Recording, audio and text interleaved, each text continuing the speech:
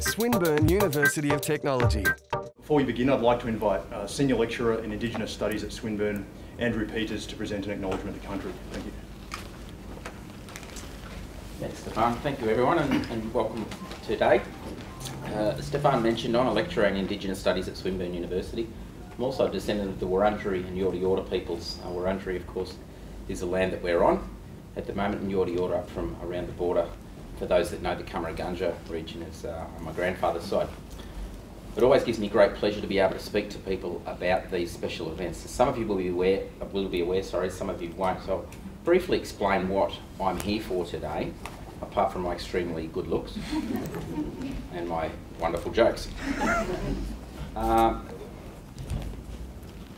Culture today, Australian society and culture today, is at a point where we're just starting to recognise some of the really important elements of what that society and what that culture is from a broad perspective. We're also just starting to realise the importance of our Indigenous cultures. One of the messages and one of the key messages I often like to give my students is that this history and this culture is a part of them all because they are now in Australia. If they were born here, they were born on someone's country, on Aboriginal land. So they should find their way to connect with that land, much like our ancestors did thousands of years ago. Although, of course, then it was an intrinsic and a necessary part of their lives. Today it's probably a choice, but I think it's a choice that we as Australians all should make. It stands us out from the rest of the world that we have such a strong connection to such a long and deep history. Yet as a nation, we don't really show enough pride in that connection. And that's a job for us all to do from this day forward, is to try and look at ways that we can connect with that culture and that history and accept that we are all part of it. We also need to accept, of course, that there's a long history that goes along with that. We need to recognise some of the things that have happened in the past so that we can learn about who we are as people. I sometimes use the analogy of having a child that's been adopted. And we often hear that adopted children don't really know who they are until they find out about both their parents. Well, 21st century Australia is kind of like that. We know a lot about one of our parents because we've been told about it since we were little, but we know very little about the other parent, the one that's been around a lot longer and has a much longer history. Both of those parents have shaped who we are as a nation. The connection that Aboriginal people had with the land is still there today. We've just created a society around it that's built a veneer around our understanding. We can't really see that connection. We don't understand the connection with the land, but it's still there. And it's there for all of us, not just those of us who are lucky enough to be descended from Indigenous inhabitants. So in today's society, what we do, and especially at Swinburne, I'm very proud to work for an organisation that has embraced this part of our history and our culture, is we try and recognise that connection in the world that we live in today. For thousands and thousands of years, close to the land where we are now, near the Merri Creek and bordering with the Yarra River, of course, or Birrarung, and the Port Phillip Bay, Indigenous groups, the Kulin Nation, groups of 5 people, would meet on someone else's land and perform activities, perform ceremonies, exchange information, sometimes in a very casual way, but sometimes in a really important and formal way. Sometimes that information is about survival, which is what we're about to listen to today from Professor Arabena, particularly in terms of violence and lateral violence and the effects that that can have. So this information, when it was exchanged, couldn't happen unless you were welcomed onto that land, if you were from somewhere else. I mentioned before that I mentioned to my students, if you were born here, that you were born on Aboriginal land. So intrinsically and inherently, that makes you part of that land. If you weren't born here and you're a visitor, once you had been welcomed, you still had certain rights and responsibilities to that land. And it's that same notion that comes out in the traditional welcomes to ceremony and the acknowledgements that we have today in Australia. A welcome to country is traditionally done by an elder of the local people. Now, despite what you see in front of you, I'm not considered an elder just yet, despite all these, the grey hairs poking through due to my 2 young children who never let me sleep. I'm not considered an elder, and I don't claim to be an elder, so I'm not able to perform welcome to country, and I certainly wouldn't be comfortable doing that. But what I can do for people is provide an acknowledgement to country, which is a way that we can recognise and partly be welcomed to the land that we're on, and understand the importance of that land to whatever activity we are undertaking. As I mentioned today, it's about an exchange of information, and really important information. So again, in traditional times, that wouldn't be allowed to happen unless the elders of the Wurundjeri people had welcomed us to the land. And those welcomes would traditionally here include a smoking ceremony where the leaves of the manna gum, which is the representation of Wurundjeri culture around the Yarra River, would be burned, and all the visitors need to walk through that smoke and be consumed by it. And once that had happened, and if there was no adverse effects after that, the spirits had then welcomed you to that land. So in place of that, I would like to acknowledge my ancestors, the ancestors of all of us here, and the history and connections that this land carries within it, despite the amount of concrete that we're lumping on top of it in the world today. That land is still there. When you walk on the footpath, take a couple of minutes, or a couple of seconds, sorry, just to take a side step and walk on the grass. Walk on the land itself. Listen to the birds around. The two very special spirits for Wurundjeri people are Bunjil, the creator spirit eagle, the wedge-tailed eagle, and Wah the raven, the black raven. Now Wah is called that because of the noise he makes. Wah, wah. At the Hawthorn campus where I work, I often hear Wah, and I take my students outside and say, just have a listen to that for a minute. Wah telling us that everything is okay. You're allowed to be here on my country, and I will protect you, as Wah is our creator spirit. So take some time to have a listen for these things. Feel the land beneath your feet. Understand that you are now part of that connection. Don't be an outsider if you weren't born here, or that you aren't Indigenous Australian, because you are part of our culture and our history now. And we welcome you to be part of that. And we encourage you to find ways to connect with that culture and that history. So with permission from my elders, I would just like to say to you, Wurundjeri Balwa Minjika Yemin Kundibik, the Wurundjeri people welcome you to their land today. Thank you. Well done. Thanks, Andrew. And I too respectfully acknowledge the traditional owners and custodians of the land on which we hold this seminar today, and I extend that acknowledgement to all Indigenous peoples present here today. Now to our presenter. Professor Kerry Arabena has a doctorate in human ecology and an extensive background in public health, administration, community development and research. Her work has made significant contributions across many states and territories in areas such as gender issues, social justice, human rights, access and equity, service provision, harm minimisation and citizen rights and responsibilities. Kerry is a descendant of the Meriam people of the Torres Strait and is the current Chair for Indigenous Health and Director of the Indigenous Health Equity Unit at the University of Melbourne. Kerry has represented Australia in international forums on HIV, AIDS and climate change. Her professional experience has seen her recognised as an Australian of the Year finalist in 2010. She's the recipient of the prestigious J.G. Crawford Prize for Academic Excellence at ANU in 2011, and she was a nomination in the Bulletin magazine's Smart 100 Australians Health and Medical Research category in 2004. It is my pleasure to welcome Professor Kerry Arabena.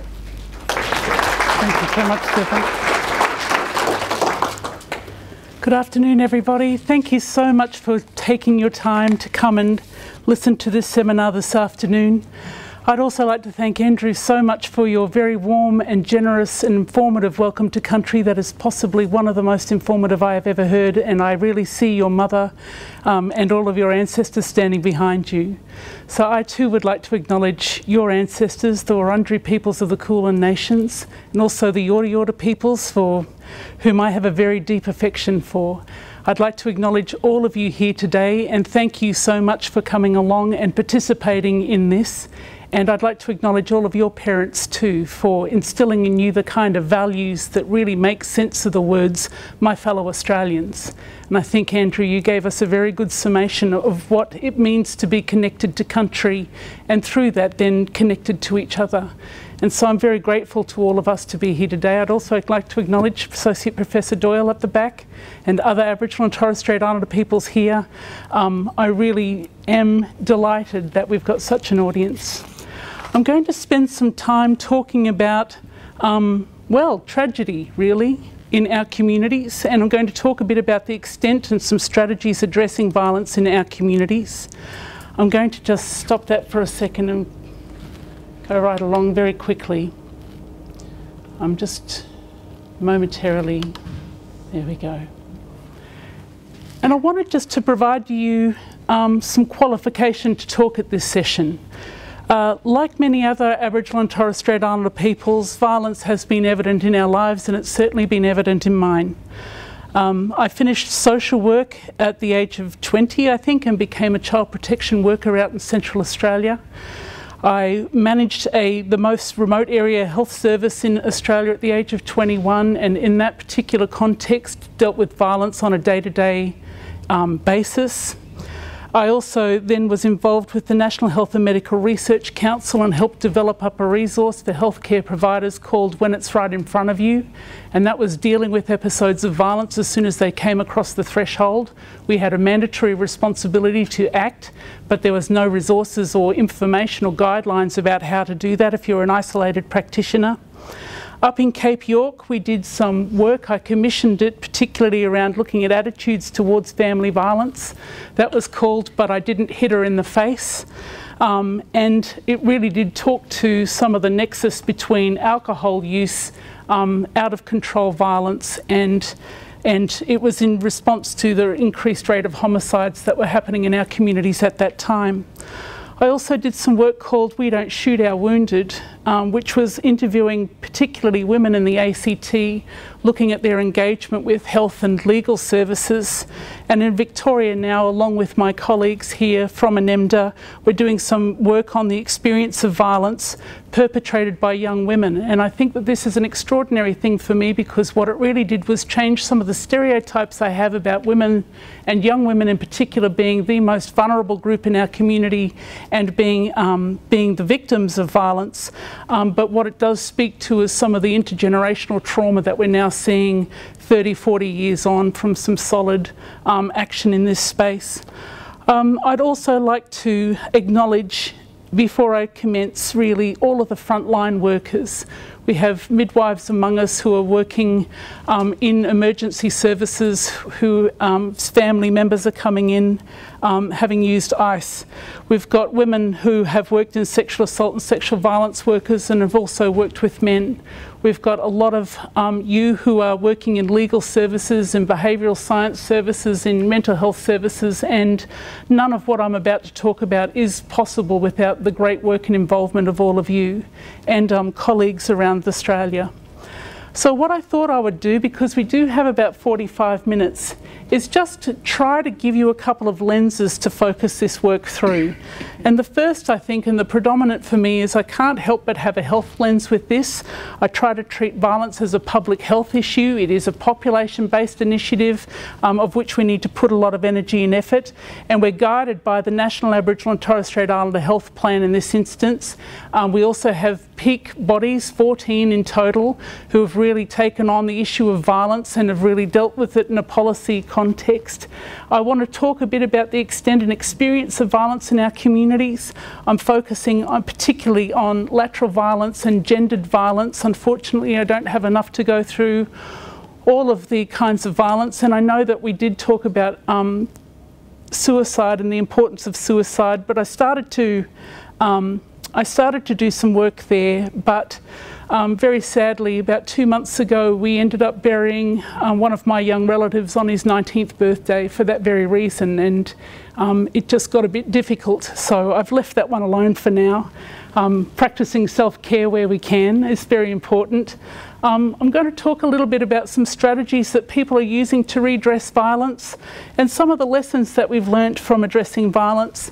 And I've also got some final thoughts and discussion, none of which are evidence-based at all, but they are musings from a person who has been deeply engaged in these issues for a very long time. So in terms of the National Aboriginal and Torres Strait Islander Health Plan, as you can see, and as Andrew very clearly spelt out for us, culture is the centre of how we do our business. It is the fact that we have the right to a healthy, safe and empowered life with a strong and healthy connection to culture and country. A range of priorities around culture is what forms the basis of the National Aboriginal and Torres Strait Islander Health Plan, all of which address social determinants of health health, some of which address social and emotional well-being, and mental health in particular has been a very clear focus of this strategy.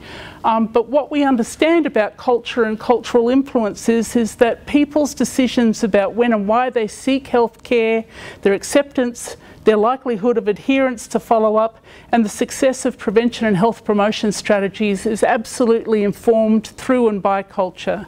And then we also think about culture as the strategy to restore and continue not only culture, but people's engagement with it, and it provides both the reason for the change and the pathway to it. And that, I think, has been one of our philosophic intents in the work that we do in this area. In terms of some of the principles that guide this work for us, they are also important in terms of violence and around lateral violence and suicide. And certainly a lot of us take heart from the recent work on getting the United Nations Declaration on the Rights of Indigenous Peoples through to in the hands of every single person in Australia. We absolutely know that our leadership and our local action and our care and support, with the support of wraparound services, will be what strengthens our families. We need partnerships that are based on respect, and that changes us from being clients of programs to being partners in programs, and that is a power shift that I think is a really important consideration in this aspect of work, and certainly around accountability. And we ourselves need to be accountable for the ways in which our communities are evolving and how we are being influential in what's shaped and what it means to be an Aboriginal and Torres Strait Islander person, as well as the services with whom we're engaged. We've got a whole range of health enablers that are also part of this national strategy. We've got the culturally respectful and non-discriminatory healthcare system, or any kind of system. In Victoria here, a recent study showed that over 90% of Aboriginal or Torres Strait Islander people that accessed any kind of service to support them, they had the experience of racism. And in fact, what that did was compound their inability to access services rather than enable them to access it. We also then need effective and clinically appropriate care, and that care needs to be delivered through culturally appropriate services. Evidence-based work is the work that we want to be engaged with. We need to have robust health research and agendas around these particular issues, and certainly there is a strong focus on mental health and well-being and around building community capability. And that's certainly something that we need more of in this space. In terms of the focus on mental health, social and emotional well-being, and particularly around the experience and the presentation of violence and what that looks like, it is endemic, but it speaks to a deeper truth. It is around how people have experienced the history of colonisation. It is around intergenerational trauma. It is around the way that a series of policies have played out over generations of people. It's around the availability and accessibility of alcohol and drugs.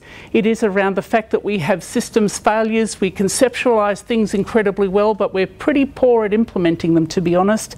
And in terms of this new focus over the last 5 years in particular, after the stolen generations have been acknowledged and we have now a healing foundation, is this real focus on healing and going back to traditional practices as a way of overcoming some of these experiences of violence.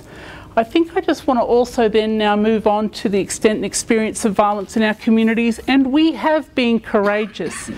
To be honest, we never need another recommendation written about violence. There have been that many inquiries, that many bloody task force reports, that many commissions that have actually got reams and reams of recommendations, none of which have been implemented. And if they have been implemented, they haven't been implemented in a systematic way, which has meant that we can track through what changes have occurred. And again, we have failures where people in urban areas might be able to receive benefit from those over a longer period of time than our brothers and sisters who live in regional and remote area places. But there have been a number of campaigns that have been very powerful, and they have left a mark on the people who've been part of them.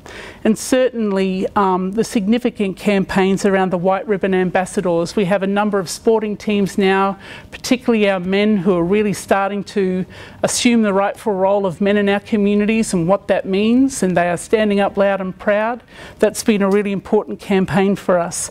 A lot of the work that has been done over the last decade or so about gay, lesbian, bisexual, transgender and intersex people around really addressing issues of violence against people for expressing and being sexual beings in the way that they were created.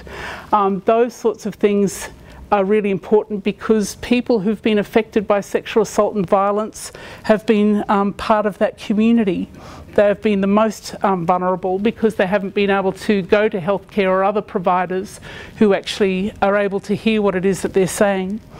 Some graphic images have been central to the campaign to kind of shift people's thinking about it or to highlight it as an issue, and we've had a lot of resources developed, some of which I will talk about here, but there seems to be a growing effort in terms of anger management work, and there is absolutely no resources yet that really focus on women as perpetrators of interpersonal violence, but I think that's going to be coming.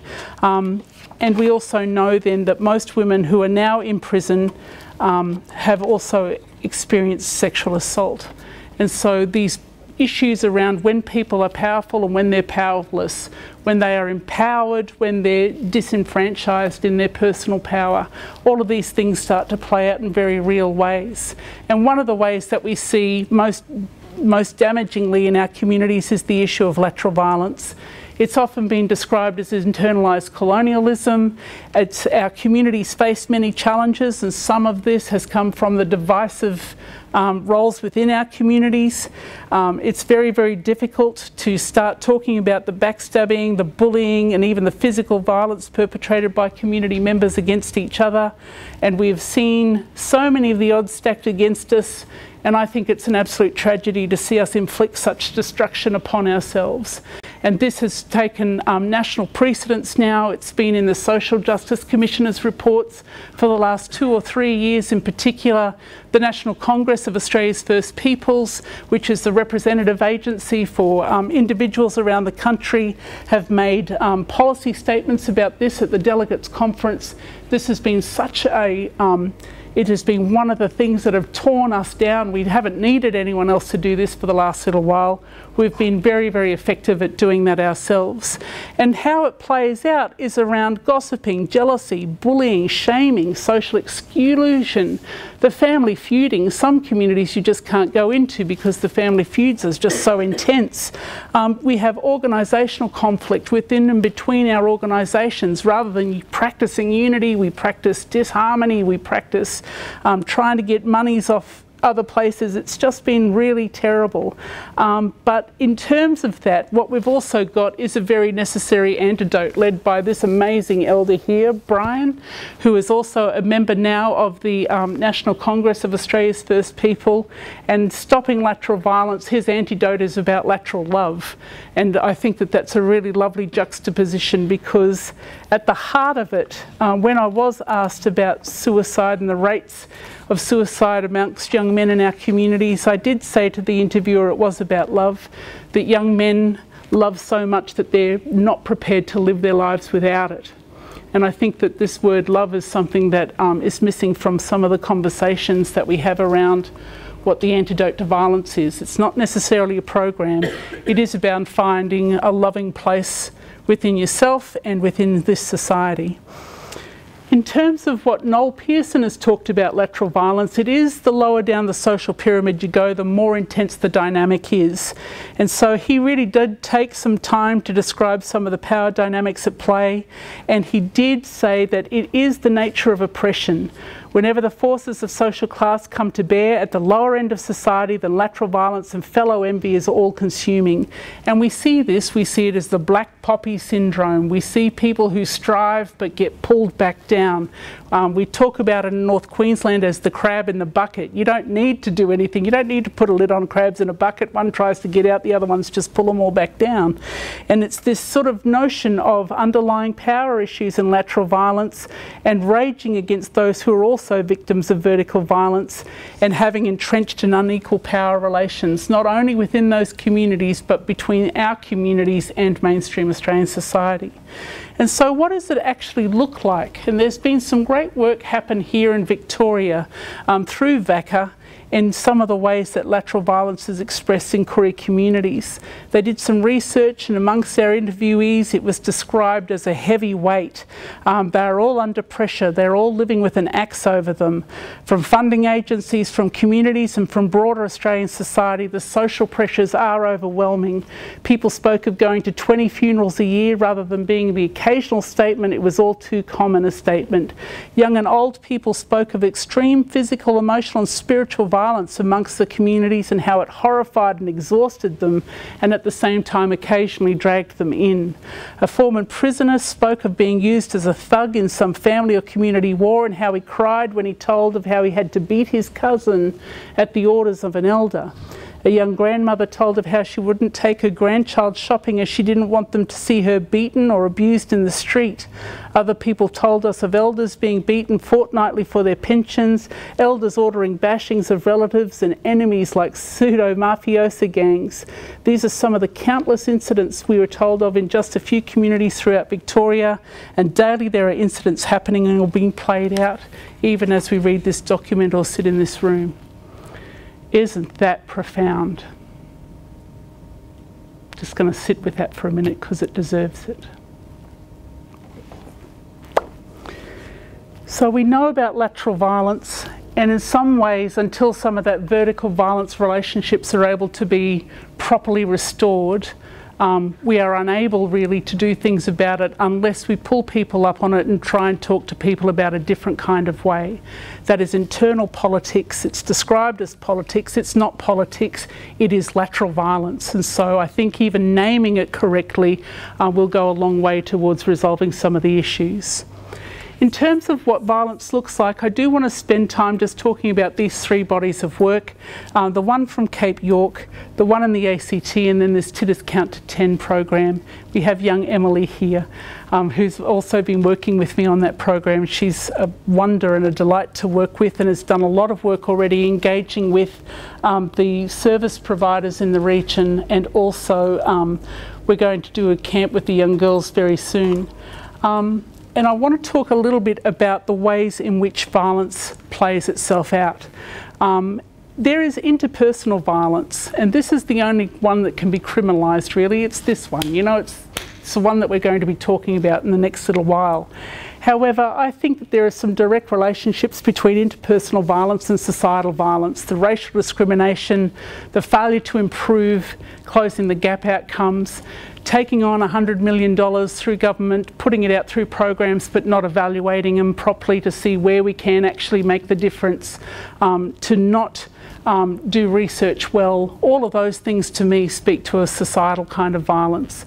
It is, it happens for those who are othered, and those who are othered so successfully that they're always trying to find their way back in to whatever mainstream society looks like. We also experience institutional violence, and a lot of this we've seen, again within my own experience up in North Queensland, where people get flown down for hospital services, go to hospitals but are discharged, or people who get discharged at the side of road at 3 o'clock in the morning from prisons, or other kinds of services, child protection services that fail that family and fail that child miserably. All of those sorts of things, and that's probably just around the fact that we've got case managers who are overburdened with 40 or 50 families, and if one family goes off, we all know how long that takes to resolve. And so we're all kind of oscillating between being able to do consistent work or not hearing from that family, oh, they must be doing all right because I haven't heard from them, or we're doing crisis management. And those sorts of things in the context of institutions, if we don't do that well, or if we're not culturally safe, or if we're not employing Aboriginal and Torres Strait Islander peoples to do that level of engagement, then in fact I think we're violent. The other aspect of that for me is around the invisibility of men as fathers in our policy frameworks. We are able to frame men as perpetrators of violence, as pedophiles, as bashers, but very rarely do we frame them as men who've got responsibility for families, men who are heads of households, men who are good, kind, caring, loving fathers, men who are role models for within our own communities. And so that invisibility to me really does interrupt and segregate the gender balance in our societies to a point where it's also a form of institutional violence. In terms of the first ones, what we have found, of course, is that there is a nexus between alcohol misuse and violence. That's nothing new. It's not even new within our own communities. It is an Australian societal issue. The historical experiences of colonialism have set precedents, and now history is used to justify actions in the present. And there is, of course, high levels of violence in communities, and there is little access to coordinated effort that's resulted in reduced levels of violence. We are starting to see where we are getting reduced levels of violence, and that's called Thirsty Thursday. Has anyone heard of those kind of initiatives before? Brilliant. You can do this in some parts of remote area Australia where you can actually close the canteen for Thursdays. So when the pay comes in, people can't buy alcohol first. They actually have to buy fresh fruit and vegetables and all of those things.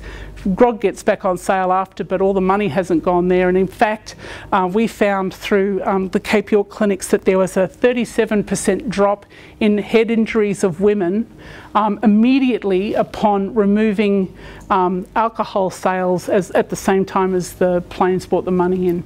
Extraordinary stuff. And it's starting to happen now in different places throughout the Northern Territory, in Tennant Creek. They've been able to do it with enormous amounts of success. And what that's also doing is actually really having a good outcome on early childhood development. So kids are being born a little bit heavier, which is just fantastic. We also have communities in crisis. So there has been an increase in some of our communities in the frequency and severity of violence. It is endemic, which is why we've tried to choose to deal with it as a population health issue. And what we've done now is over the last 2.5 decades, so 25 years, we've been able to map that there was not one person whose lives hadn't been touched by violence, either abused themselves or witnessed it, or as a child growing up now having the capacity to witness it. And what we find is that this notion of fear of reprisal from family members if they do mandatorily report child abuse or sexual abuse, and we've seen a lot of communities experience that in our time, and we've seen people have to leave communities because they've wanted to do that kind of reporting. And again, we've got services that are underutilised because of under-reporting in this particular instance. In terms of what else is happening in the Cape York space around this, we did find that DV was exacerbated through the forced removal of country. There was particular kinds of control. I cannot tell you how aggressive it was in North Queensland, particularly under the gaze of the protectors, and how many aspects of a person's life were controlled. It was constantly, you were constantly held in check. And those kinds of controls, I think, have really played out now in contemporary DV. The erasure of what it means to have cultural stories, those forced removals of children, forced sexual degradation, might as well have been actually, segregation, concentration of diverse tribal groups, so these forced removals and then co-location of people who were traditionally warring, overcrowding, material disadvantage, unemployment, alcohol misuse. Who wants to live in that kind of circumstance? And who could live in that kind of circumstance and maintain a level of calm when actually all you'd feel is rage? And so how people live with rage is something that is also needing to have a good discussion about. The other thing that's become part of who we are and how we do our business is that we are absolutely resigned to high levels of violence. This is what happens when things become endemic. We just know that some people are victims, some people are perpetrators, you know when to go near them and when not to. It just permeates daily life to a point where it's absolutely not dysfunctional at all. It is completely normalised. That's the tragedy of it. it's very, very difficult to use distinguishing terms like sexual assault, incest and rape. People don't understand or differentiate between all of those different forms of sexual assault, and they probably will not go to a service anyway. They'll just cope with it. And acceptance of non-disclosure of violence to services and police, and certainly in that "but I didn't hit her in the face" study, that was something that came through really very strongly. It became a badge of honour. My man loves me because he hit me, but because I have to go to work at the health service, he didn't hit me in the face.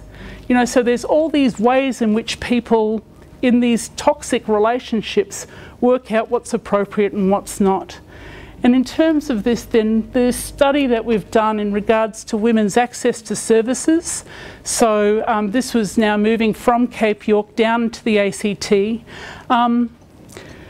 We also figure that if you're an Aboriginal woman or a Torres Strait Islander woman and you experience violence, then the immediate assumption is that the perpetrator is also an Aboriginal or Torres Strait Islander person. This absolutely was not the case. In urban areas, people are making different decisions about the relationships that they get into. Perpetrators were Aboriginal and non-Aboriginal men.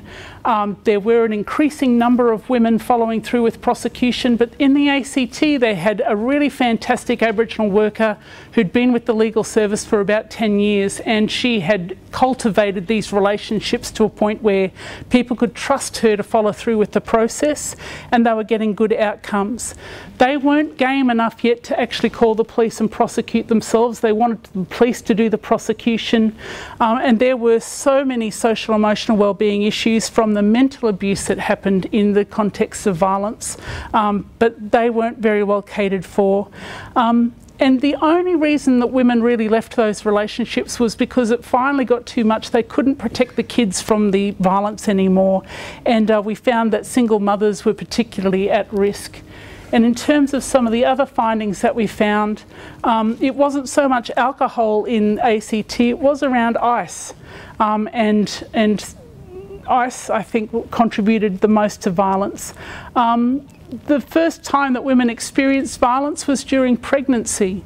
So, you know, there you are, you've fallen in love, you're carrying your man's baby, and the way that that plays out was again around these control issues. If you ever leave me, I'll kill you kind of things, and that's when women were particularly vulnerable. And I know one woman who used to get flogged so that she could actually get like a new crib, or if I got a hiding, then when he makes up to me, then I'll get a car seat for the car. And that was how they were making decisions in that impoverished context. Rehousing after violence is an enormous problem. Can't get it, so they don't move. Police interventions are really crucial. And in terms of these women, they were multiple service clients. So they were clients of multiple services, and none of them were being case managed. And families and communities, they understood, had the role to stop violence, but there were so few opportunities for them to do so. What they really wanted, though, was relationships with their Aboriginal partners to continue even after the violence. So they just wanted to live without the violence. They wanted to live with the man, not with the violence. And that's why the title of that report was "But We Don't Want to Shoot Our Wounded." They understood, again, they understood more than anyone about the history of colonisation, about the impact of what it meant to have no power relationships, about what it meant to go for 50 jobs and not get any one of them, to constantly be on unemployment benefits and not have those kind of opportunities. They watched their partners have 5 or 6 kids and not be able to support any one of them. You know, those things just tear a man apart in a very real way. And once those things, and so they were actually copping the beaten because it was their burden to take on. There was some really interesting dynamics happening around what suffering was and what meaning came from that level of suffering that I thought was really interesting. In terms of some of the triggers for engagement with services, and this is what we all need to pay attention to, I believe, but it was calls from concerned neighbours, hospital services, where women felt courage about reopening sexual assault or trauma cases, and an increasing number of single mothers are very sadly getting attacked by their adolescent sons, and that's coming through more and more often now. They are absolutely exhausted, these women, from mental and verbal abuse, and I think what's happened too is that the Royal Commission into Sexual Assault through Institutions has actually given a lot of people courage to come forward and talk about what their experiences of violence through institutions has been, and then how that's manifest in their interpersonal relationships. But for me, who was a single mother for 25 years, this particularly was really deeply resonant for me. It was around adolescent sons. And in that second study, there are 11 women who were single mothers, and they had 41 kids between them. 9 lived in public housing, 1 moved back in with parents, and 1 in a refuge after the episodes of violence. And the young men who are living with them, they're not engaged with school. They are using alcohol and drugs. They are completely disconnected from their peers, and they've normalised violence to a means to an ends. And so again, what we're starting to see, these really big intergenerational shifts start to play out in what it means to be a man, and what that means to be a young woman is something that we're going to be working with in the next little while. Like I said before, changing the stereotype from being a vulnerable victim to a perpetrator was mind-blowing, and we're talking about young women who are not acting this out in a familial context. They are acting it out in public where there are absolutely consequences to their behaviours. And so for school-based young women, they are getting expelled from school early. And if you're 14, you're living in a regional town, you've got 1 high school, you've been branded as someone bad, the principal says you can't come here, you belong to a single parent family that cannot relocate to the next town so that you can get to the next school, what do? Go get a job. Nothing there. You can't do anything except, you know, have a baby and start it all over again, because you want someone to love so desperately. So you have the baby because that's going to make sure that you've got someone to love. And I think we should just be pairing up little puppies from the RSPCA with these young girls, myself personally. But in terms of that, there is also then some more cases starting to come through where they are perpetrating violence against their younger siblings and on mothers as well. So these poor mums who are isolated, single, haven't had access to a good education, who are living in regional Victoria on unemployment or other kinds of benefits, are really copping it from every single way, from every kind of service provider. They're the ones that are experiencing discrimination. They're the ones that have to deal with everyone's stereotypes about who they are and how they live their lives. They're the ones who are having to deal with their sons, terrified, waiting for them to come home at 2 o'clock in the morning and getting flogged rather than being able to put someone to bed with a cup of Milo. It's terrible. So what these women want, all around Australia I suspect, is for the violence to stop. And we just want services to listen, then act, and just practice a bit of civility. We want to get advice and support to women without judging them.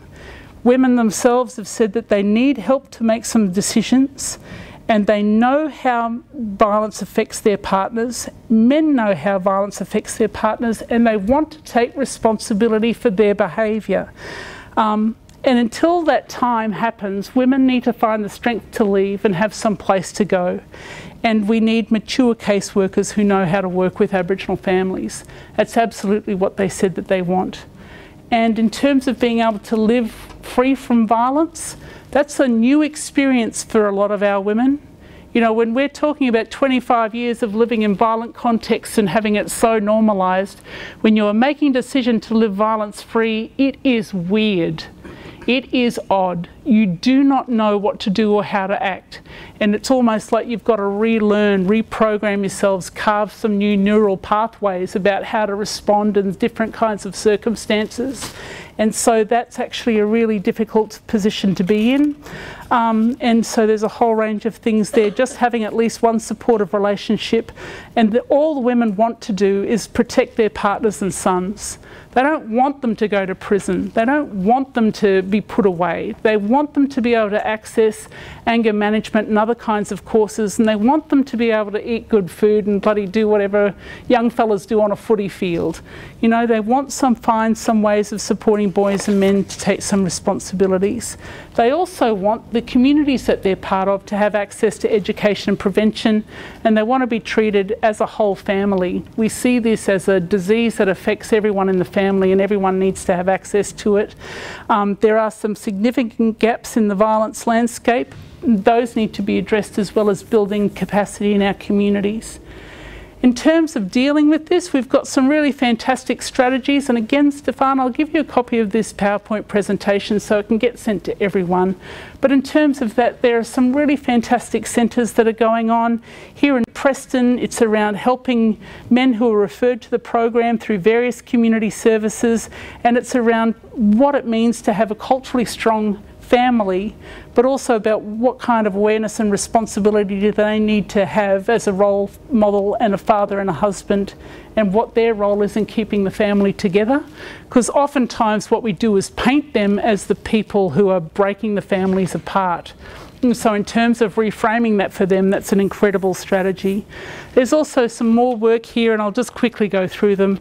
But what's up with my mob, and that's kind of like dealing with developing cultural competency, promoting greater understanding in workplaces, and it's around being able to improve service delivery to our communities. In terms of this one, this is just focusing specifically on young people who've experienced family violence. It's a counselling program that's offered outside of Perth. All of these are run through community-controlled organisations. Adult healing places, there are a number of them in Victoria. It's funded through the Closing the Gap campaign, and it's around being able to provide individual case management plans for each of the participants, but it's really focusing on those traditional elements of healing which are critical. In terms of emergency housing, I think there was some other research that was released here recently about the fact that women are really trapped in domestic violence because there are no emergency housing intake services or places for them to live afterwards. So there are 6-bed, 8-bed places that are starting to help women stabilise before entering into the housing market, which is really important. And in terms of some other strategies that are going on, again, a focus on healing to address lateral violence, and it's around performances, about plays, and around focusing really on secondary school students. Cyberbullying comes into it in a very big time, but really focusing on lateral violence and not passing it on to the next generation. In terms of some of the lessons, I hope you can appreciate that I've worked with a lot of people, but I've also had the chance to engage with a lot of people on this very important issue. And for me, some of the lessons learned from addressing violence is that culture is a protective factor and the pathway and the solution. And certainly around community leadership, the needs of rites of passage for men and women, and having that culturally connected between what it means to be a child and what it means to be a man, what it means to be a young girl and what it means to be a woman, I think is a really profound thing that's part of not only our cultural practice, but also a really important part of functional kinship systems, reinvesting in those things, and helping men and women accept responsibility for what it is that they've done, to alleviate that guilt so that we can all move on together, extending family and including elders so that young perpetrators also have to be accountable to their elders for what they've done. I don't know what to do about violent elders. I really don't. They just twist my mind. It is so unbelievably difficult to deal with violent elders for me. I've got to understand what my limitations are, and that's certainly one of them. I don't know what to do in that instance. I don't know how to call elders to account around that. And if anyone's got some ideas, I'd really love to hear them. But also understanding grog and drugs isn't part of our culture. In terms of some of the other lessons, we've got a whole range of goals here and strategies that I think are really important. And possibly the most important one, and one that I saw happen with greater impact up at Yarrabah community. This is a community up in outside of Cairns. In 1 year we had 18 young men suicide. Crazy, just crazy. The perpetration of violence against themselves and the reeling that was left in that community afterward was just profound. Anyway, a very good couple, Christian couple, decided to take upon themselves that this was not going to happen under their watch anymore. And they realised that the point at which people were enormously vulnerable to suicide was after being on a binge for 3 or 4 days, domestic violence happened, police get called, the women and kids are removed, the man's sitting there by himself, full of remorse. What happens? Neck himself. You know, I've been on tours around some of those communities up there, and I've got shown ropes hanging up in trees. That was my introduction to that place. It was horrific. But that was what they did. So what they did was just make sure that when the police went to the house to take the women and kids away, that they brought a man with them to keep that man company. And the change that that had in terms of suicide rates was unbelievable. That group of men then started to talk about what it meant to be a man. What did it mean to be an Aboriginal man in this community at this time? And from those very early day discussions came this incredible people movement around re-embracing what it meant to be an empowered Aboriginal person, independent of what our history is. We're going to look forward to the future, and we're going to construct our own sense of meaning, and we're going to hold each other tight, and we're going to just keep on loving each other when no one else does. And that was a profound thing, because what it did was really the only way that they could respond to the grief and trauma within those communities, and that was all sitting within those men. However, the greatest transformation in this experience will come about when we achieve equity. That's it. It's an equity argument. If we invest in educational and developmental resources for disadvantaged families, and we help them access early human development, and we are successful in that, if we're able to nurture early development of cognitive and social skills in children, if we are able to sustain that early development through effective education through to adulthood, if we're able to gain more capable, productive and valuable workforces, both within our communities, and we're talking about doing the social good as well as building an economy, then we're going to be able to pay dividends not only to our own societies but for generations to come.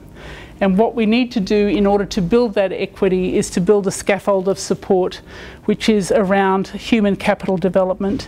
It does pay off. And these are some of the pieces of work that myself and my colleagues through ANEMDA in particular, we're really focusing on achieving equity. I think that if you've got equity, you've got no more lateral violence. And we're talking about being able to have equity at a particular level. I think that if you focus on a whole child and support those single mothers, raise good men, then we've achieved equity in a very different way. And that is up to some of mainstream Australia to resource, but it is absolutely for us to take responsibility for and make happen. And this is who we want to join together with, people like yourselves who are interested, you are concerned, you want to build a better future for our country. You want to be part of making the transformation and the change. You want to stand up and have your names counted, and you want to be able to offer out a helping hand and build people up and not tear each other down.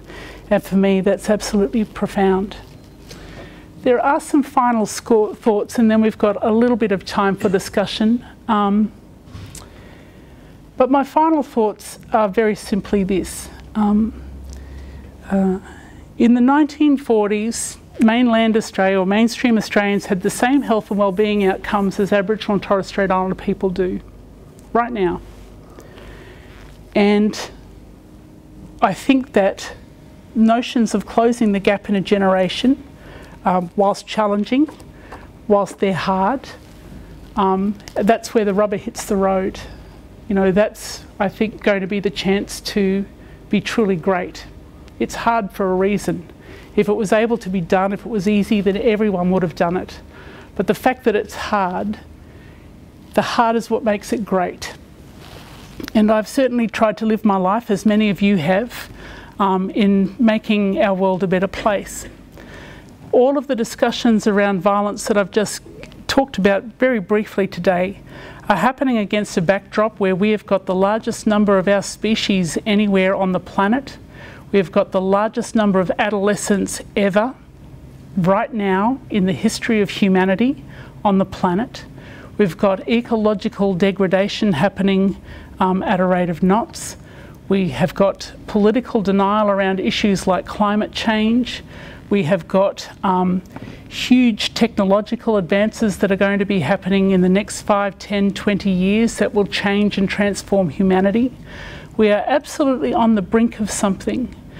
One of the things that aren't brought into the discussions about Indigenous people's experience of violence and the perpetration of violence against each other is about our role as custodians of country.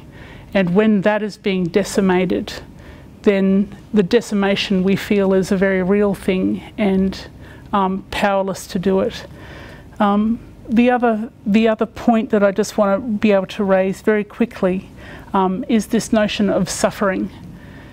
And I believe that a lot of Aboriginal and Torres Strait Islander peoples try to find meaning in suffering. There is a lot of identity that we, around suffering that we adopt. And I think that there's not enough work done on that. What does it mean to suffer? How do we actually suffer well? What is noble suffering? And if young people make the decision to end their life, do they find meaning just before they finish? I think really there is some search for meaning that's going on that none of us are really touching with or engaging with in a very real kind of conversation yet.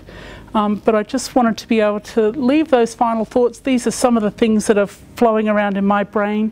If I can thank very much Stephane, thank you so much for bringing me along here today. I met this young man over at Monash. I was running this series on cultural health and well-being and what did that actually look like. And this brother here was front and centre every day, and we got a chance to talk and really developed a really profound affection for this man and what it is that he's trying to do in the world. And I'm very grateful for you taking leadership on bringing all of us here today. I think it's a very good thing. So can you please join me in thanking Stephane?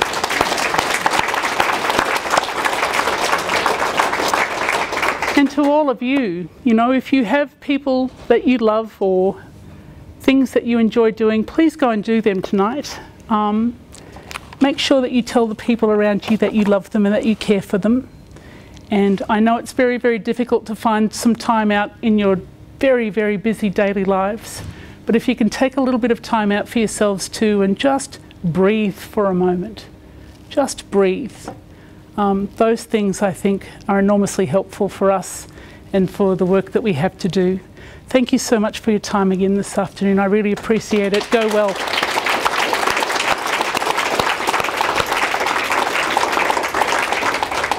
Thank you. We'll just have a brief Q&A for Kerry if anyone has any questions. Yes. Oh, Kerry, thank you so much. That was a very moving and also really informative presentation. So I just really wanted to thank you. Thank you so much. Such, I guess, insightful and genuine and personal insights. Thank you. Presentation and they're very data-based, and I thought that idea of love is a really important one. I'd like to ask about female perpetrators who are either in prison or on parole or being released from the system who have experienced family violence and are Aboriginal or Torres Strait Islander, and what programs or what, just kind of any kind of indication you give about what would be useful for those women who come from that particular cultural background. My understanding is there's not a lot of information or targeted services around that, so I'm just interested to see if you have any feedback. This is probably the first generation really of Aboriginal and Torres Strait Islander women that we've had in prison. In the 1960s, a lot of people went to prison for crimes against the state. So they were, you know, protesting or fighting or, you know, taking on the man, so to speak. And then what happened for the next couple of decades was men went to prison more often for crimes against each other. And then women started to join them in prison now. And again, we're just seeing this cumulative effect over a long period of time. I really do think that there is enormous value in discharge planning and having the conversations with women about what it is that they require. I think that there is an enormous amount of value in talking with fathers who are coming out of prison too about what it means for them around parenting support. I suspect that if they are in prison and if they are parents, then a lot of their kids would be in care. And so talking with them about what their cultural plans look like, why are they in this circumstance, what it is that they want to do. I think the most powerful intervention is really about personal empowerment, and that can happen at a couple of different times, but predominantly through the discharge process, I would have thought would have been a good thing. And then hooking them up with support groups and the like. What we don't have really is any evidence of the value that's provided through support groups, Al-Anon, all of those kinds of things, young mothers support groups. I really think that there is something about that informal organisation where community people take on the responsibility for running those kind of groups, but we don't actually understand what values they add. And I think that there's a bit of work to be done in that space. Thank you for that question. I think it's a really important one. Thanks for your time. No worries. Anyone else? One more, yes? You talked about both Aboriginal men and non-Aboriginal men being perpetrators of family violence. Do you know what the breakdown of figures are, or the percentages? No, not really, to be honest. It was just interesting when I was talking through with the women who were part of that study. The majority had non-Indigenous partners who were violent, and the Aboriginal partners that they'd subsequently formed relationships with weren't. And I think that for all of us, it's important to keep in mind that violence is the enemy, not necessarily the people who perpetrate it. And that for me was because I just spent a lot of years being angry and hating on everyone. It got really exhausting. And then I kind of realised that actually what I'm mostly offended by is violence in all of its manifestations. And you don't have to look too hard to see where that's at. But in terms of breakdown, I don't think that that is as important as the fact that violence exists. And we need to be able to really address that, not necessarily who is perpetrating it at any time.